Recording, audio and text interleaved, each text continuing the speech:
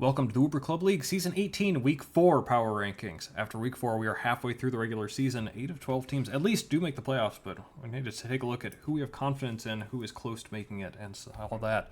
So my name is IllLogic. I'm the coach of the Buffalo Bouffalant, and as always, I'm joined by my co-host, SteveChuck, coach of the Waterdeep Wobbuffets. Hey, everybody. But before we get into Week 4, we do have quite a few changes to go over as coaches are trying to revamp their teams here, as they had a couple of weeks to play with those teams, figure out what it was and was not working with them, and try and make some adjustments. As such, we have to talk about, first off, what the Wooper Boopers are doing to try to improve their team. They're dropping the grass-type Decidui, the water-type Samurott Hisui, and the electric-type Luxray, what do you know, a grass, water, and electric type. They're picking up the Iron Leaves with Terra Captain, the Vaporeon with Terra Captaincy, and the Pincurchin. Steve, we've seen a lot of coaches try to make the Pincurchin work to varying degrees of success. Why do you think this one might be different? Well, this one has a couple different abusers than we typically see. There's not really a Surge Surf or anything right now. We have just the Quark Drive from Iron Leaves and Iron Treads. So a little bit of a different look there. Plus, Rotom Heat, but I don't think the Levitating might benefit. I don't know what Terrain does. So, a little bit of a different take certainly gives some different options from those Quark Drive Mons. But yeah, we'll see what it does. In terms of Vaporeon picking up a more support-oriented bulky piece, I know the coach had mentioned that they weren't very thrilled with the middling speeds of the Samurott and Decidui, looking for something a little more secure. Vaporeon, of course, you're not expecting the speed from it, giving a more support or bulky role. And the Iron Leaves, certainly has a little bit more speed, a little bit can be geared more offensively, and has that support piece with the Pincurchin. So yeah, it'll be interesting to see. It's the Pincurchin and the electric terrain is certainly not the focus of the team, as it certainly shouldn't. But it is an option that teams have to be ready for. Is hey, the Quark Drive could be popping on the Iron Leaves and Iron Treads at certain points, many times. And I could also potentially see the Electric Seed coming out for the Sneasler support as well, which could be nice. No more missing Ceaseless Edge. There's another nice little advantage there for getting rid of the Samurott Hisui. With that talked about, we have a big trade going on here, too, between a couple of coaches looking to turn things around a little bit. The Calgary Corviknight and the Pikeville Pups making a trade and transaction, a 2-for-2 swap here with some corresponding pieces. We're going to start off with the Pups' point of view here. So the Pups are going to be trading away the Ogerpon, Hearthflame, and the Corviknight and pick up Dragonite and Iron Moth. But don't hang your hat on that second one for too long, because they are then turning around, dropping that Iron Moth in favor of Weavile, which will be a Terra Captain. And to finish things off, they're also going to add a Terra Captain status onto the Latios.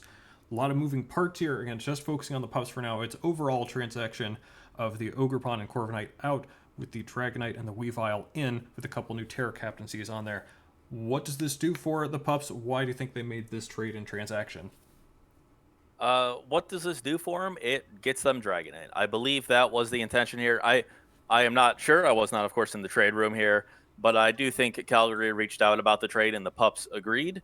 The Dragonite is, of course, one of the mons they certainly would like to pick up here. Have you ever thought about what Dragonite would feel like wet? They certainly do frequently.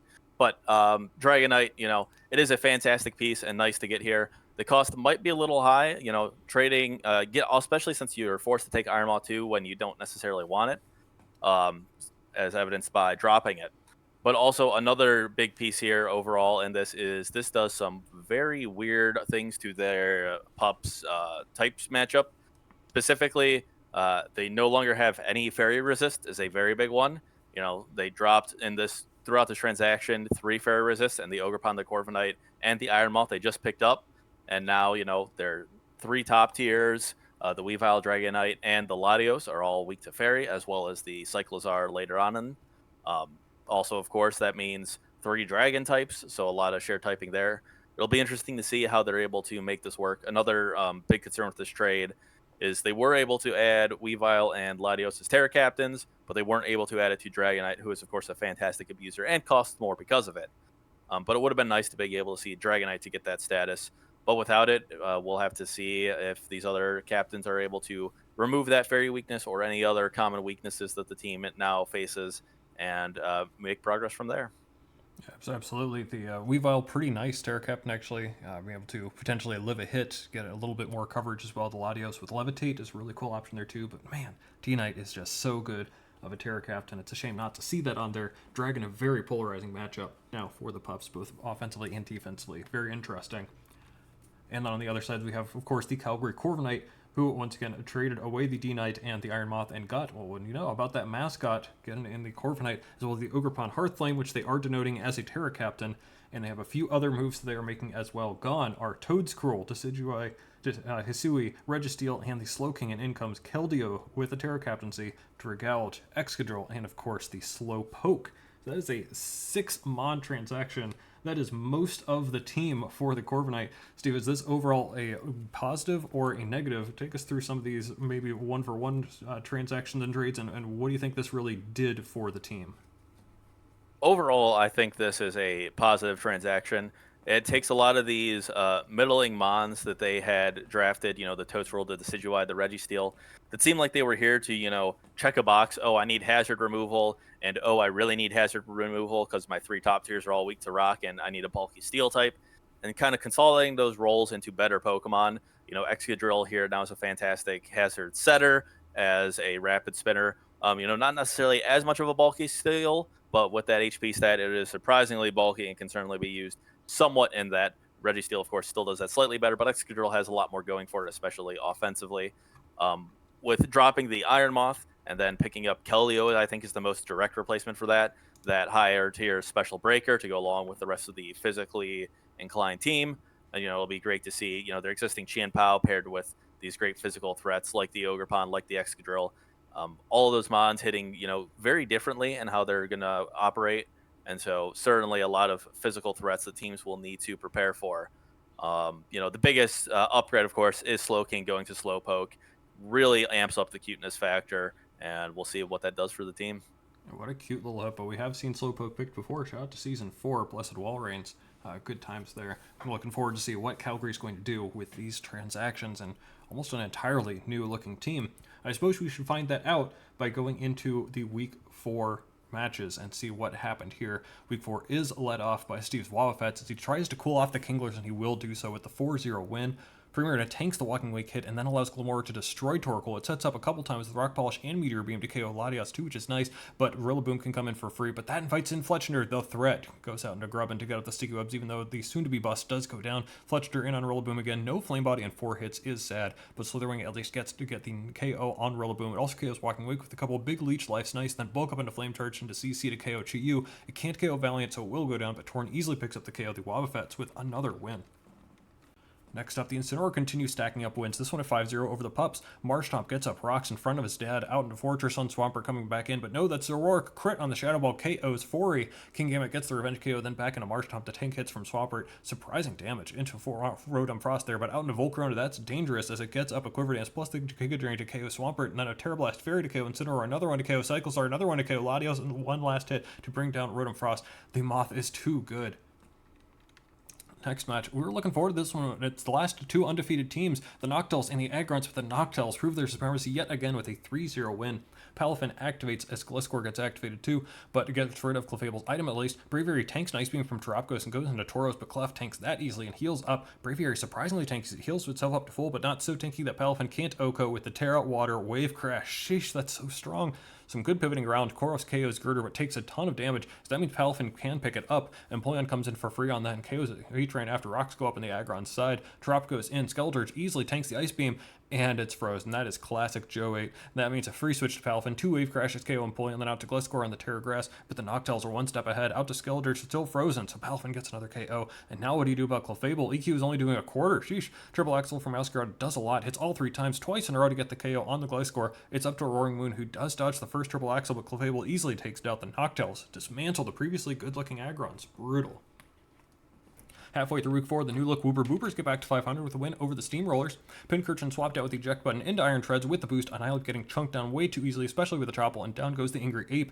Vaporeon tanks the Wicked Blow quite well, but when it tries to pass a wish off into Iron Treads, that is a Toxtricity Boom Burst, getting a crit. Down goes the Ferris Wheel. Pincurchin sacked Toxtricity as well, but gets up the terrain, meaning Iron leaves, outspeeds, and Cyblade annihilates it. Another one destroys Salamence after the crit, then it'll go Terra fighting to destroy Urgefu with the CC2. Its reign ends with the Choice Scarf, Psychic Fangs, Barraskewda, but Inaris gets to set up Tailwind, gets the last 2 KOs with Lord Moonblast. Booper's looking good. Next up, my Bouffalant get their revenge for last season's semifinals match by beating the Empoleon with a convincing 5-0. Ogrepon knocks off Ridgiraff, who gets up Reflect and gets up Spikes while taking a crit Psychic before finishing off the Giraffe. Mudsdale also brought to half before Ogrepon finally goes down. Porygon gets the special attack boost, easily tanks the Goldango to hit there, and brings it into the Spike range, so with the Money Man locked in to make it rain, Porygon gets to recover up to near full before it finally takes it down. Gouging Fire in with the Photosynthesis attack boost. Raging Fury does over half to Porygon, and T-Wave misses, of course. Into Raging Bolt in the Dinosaur battle. Scarf Draco Meteor taking care of Gouging Fire. Scizor tanks a crit and non-crit Earth Power, and U-turns back to Raging Bolt to finish that off. Venusaur now into the Urshifu. Screamtail takes 12 from CC and has the helmet. 2 Dazzling Gleams finish off Mudsdale. 1 more destroys Urshifu. The Bouffalant are rolling. And finally, the Corviknight have revamped their team, and they're off to a fresh start in this new era, a 4-0 win over the Bulldors. Early on, Drill gets up rocks, and Sinistra shows Iron Defense, lots of pivoting around until Chenpao comes in. It goes Terra Ground, and SD's up. Tinkaton lives the Terra Blast behind Reflect and the Shuckleberry, and the return play rough, miss. Yeah, that sucks. Just gonna let Tinkaton go. Iron Bundle, Terra Water, Hydro Pump, misses Excadrill. Yeah, that checks out. Gabite getting up rocks. In comes Excadrill. Dragon Tail. Miss. Yeah, it's one of those games. At least Sinistra can block the spin. Dragalge back in. Draco Meteor. Gabite goes down. Oof. Sandy Shock's Earth Power not KOing that super bulky Dragalge behind the light screen. Wow. Chenpao is down to a quarter. The SD's up and KOs Sandy Shock. Yikes. But Sinistra is a neat anti-sucker punch answer with Strength Step and Iron Defense. But against Corviknight, it's a stall fest. A lot of turns here. Machagachi eventually burns, and Corviknight goes down, running out of roosts. But that does let in Keldeo with the Air Slash and just KO Sinistra with ease. Oof. Dragalge sack to rocks back into Keldeo to Scarf, Surfs, KO Cinderace, and one final crit KO's Iron Bundle. Sazbo doomed to lose that one. And that's what happened in week 4. A lot of fun matches there. No real big upsets, but a lot of fun matches for sure here. Power rankings here. A little bit of an update. Newport Octels are, of course, still at the top. Waterdeep Wobbuffets at 2. Buffalo Bouffalant up to 3. Akron Agron's falling down to 4. Incineroar at 5. Wooper 6. And we've got a little swap at the bottom. Calgary Corviknight at 7. Every and Empoleon's at 8. As always, Steve, our discussion starts with the Newport Noctowls. Another convincing win against another very good team. Wow, what's going to stop them from another undefeated season? Yep, that's right. Take down another of these 3-1 teams. Most of the 3-1 teams now just have their one loss to the Noctowls, so it'll be very interesting to see if they drop any of the easier games, or they do play the other remaining 3-1 team of the Buffalo Bouffalant later this season. So I think that is our best chance, but they're looking dominant so far. We'll have to see if they can keep it up. But in terms of power rankings, clear number 1 for the time being. Yeah, even then, even if my Bouffalant do beat the Noctowls in the future, that's a lot of great wins they already have stacked up. It may still just be enough to carry them to number 1 through the rest of the season. They're going to have to fall apart. But next, we do have another little grouping here. The Agrons have fallen down to join the Wobbuffets and the Bouffalant in our next little grouping of 3. No change between the Wobbuffets and Bouffalant from last week, so may as well just keep them around there. But we did put the Agrons below both of us. Is this disrespectful to the Agrons, or does this make enough sense? Well, I'd like to think it makes enough sense, but maybe a little disrespectful. I mean, yeah, the Agrons, now are equal games to the rest of us. So that drop down there. A couple of items that, really led us to drop them below us instead of keeping them above where they previously were when we were all at similar records is that the wins the Agrons had earlier in the season are looking less convincing. The teams that they had won that we expected to, be doing very well haven't been performing as well as maybe was expected based on recent season performances, with those wins looking a little more questionable. And, the loss of the Noctowls this week, we felt dropping them to 4 seemed appropriate. They are, of course, in a grouping in our minds with the Wobbuffets and Bouffalant. And, the teams could, of course, get rearranged based on the strength of schedule or how they're looking that specific week. But as of now, we feel the 2, 3, and 4 are roughly in that order and grouped together. It may still take a couple of weeks, depending on the schedule, for us to really sort these out, but this is where we have them for now. Next little grouping, the Incineroar and the Boopers. I believe this is about where they were the previous week. The Incineroar are 3-1, but we don't really have them grouped with the other 3-1s. Is that fair? And what do we think about them versus the Boopers? It is possible we're being overly hard on the Incineroar, but it's just hard to say. The Incineroar, they are 3-1. They had that devastating loss to the Noctowls week 1, which was 6-0 off of one set, and their wins. The real issue that we kind of have with them and aren't grouping them is just the schedule, which isn't their fault. They have wins over teams like Calgary, the Kinglers, and the Pups, I believe. Maybe, yeah, I believe those are the teams. But a lot of teams that are not necessarily on our list. Teams that aren't doing as well this season, and as such, we are tanking the Incineroar in our views with them. Of course, their schedule should even out roughly overall. So in the second half of the season, they should be playing some teams that are more highly valued in our eyes, and we'll see how that compares. And maybe they'll get some wins later on to encourage us with them more and move them up these rankings. And we have a couple of teams here that have made a lot of transactions here. The Boopers and Corviknight are our 2-2 teams. Uh, they haven't really done that much to impress us overall. I think maybe a couple tough losses for the Boopers against some of the better teams there. But talk to us about 6-7, why they're there. Yeah, that's really the case. They're both 2-2. This seems about right. Of course, as we mentioned, we were considering the Boopers and Incineroar swapping those spots, but similar to last week, we felt nothing changed to affect the status quo there. Calgary with their revamped team coming in this week, getting a win, moving up from that 8 spot to the number 7 spot with that. But all in all, losses against the other top teams, losses, to the Incineroar and to the Boopers. They do have wins over the Boulders and Kinglers, nothing too impressive. Of course, both teams not on here, so certainly not enough to move them up any higher. But, they'll get chances in future weeks, and maybe this revised team will lead them to victory as they challenge some more challenging competition. And from the 1-3s, our representative is the Empoleons. They are still on the list here. Boy, they had a tough recent schedule for the Empoleons. Yes, that is correct. Well, they are 1-3. Their 3 losses are to the Bouffalant, the Wobbuffets, and the Agrons. 2, 3, and 4 on our list here. So certainly not the easiest first half schedule. They also have a win over the Boulders, which is reasonable. And based on this strength of schedule, certainly they seem like the best 1-3 team as far as we can tell for the moment. That can certainly change. One note, though, is in their losses to these top teams, we haven't seen necessarily as much as we would want to put them much higher. So it'll certainly take some convincing, some more dominant wins, or at the very least closer matches against some of the other middle of the pack teams to push them up much farther. Of course, it is still very possible for some of these teams that even aren't on the list to make playoffs because we only have 12 teams, and it's anyone who has the same record as the number 8 team that can make it in. I think that's a decent transition as we go into these standings here. Good news, Steve. We got our symmetry back a little bit here as we have 2-2 teams, 4 3-1s and 1-3s, and 1-4-0 and 1-0-4 there. Any particular notes you want to talk about here? Potentially the playoff push there for, as we talked about last week with 3-5 and potentially even 2-6 there in the number 8 seed. I mean, nothing really has changed as far as that. Right now, 8 is at 1-3. If everything holds and everyone just doubles their record, we'd get to 2-6 for 8, 9, 10, and 11, letting them all in. Certainly would be very exciting. Of course, the second half could play out in a ton of different ways. No guarantees, but we'll have to see what the rest of the season brings for us. I know another potentially interesting note there with the number 8 team already having 3 losses. We could have a playoff berth clinched as soon as this upcoming week. Noctowl's one more win, it can already clinch playoff spot, which is crazy. That's going to do it for week 4, and we are halfway through, so we're going to be kicking off the second half of the season with our week 5 schedule. What catches your eye, Steve? Well, there are a couple of games here that I'll highlight.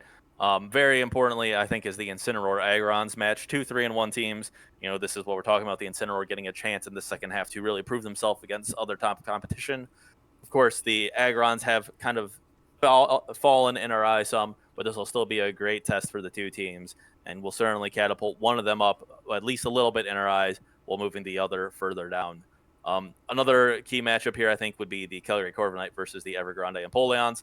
Those 7-8 teams on our list that we had just swapped get a chance for both of them to play against another one of those middle, teams in the pack, and a win here could certainly help elevate them to maybe the bottom of the top instead of top of the middle or so. Yeah, definitely interesting with the new look Corviknight there, and Empoleon searching for that big marquee win. Wonder if they're going to be able to get that this week, or if maybe Calgary's going to shoot up the rankings in our eyes. If they've got a new team and they're performing well with it, could be very interesting. Sounds like they were much more comfortable in team building going into this past week. Otherwise, I guess I'll highlight the Boopers and Boulders. This is potentially a chance for the Boulders to make a nice little jump. Of all the 1-3 teams, the Empoleons, they definitely can. I think the Boulders are the other team that stand out to me as possibly being able to move up a little bit. They seem to be a Jekyll and Hyde team for sure. Not really sure which team is going to show up. Their best match so far is probably when they lost against the Noctowls, so potentially a case of playing up to their competition. If that's the case, the Boopers with a different look here may be a nice opponent for the Boulders to snack on if they want to make a jump. Otherwise, potentially Wobbuffet Steamrollers. Steamrollers historically pretty good, but not recently have they been very good. But if there's another 1-3 team that could make a move, maybe it'll be them, or maybe I'm just sleeping on the Kinglers. That's going to do it for us then. That's it for week 4. We're moving in the second half of the season. The playoff race is heating up again. We already are on the verge of some clinches here, and that race towards 3 or maybe even 2 wins is kind of interesting there too. So you're going to need to stay right here, come back for week 5, and we'll tell you all about what happened.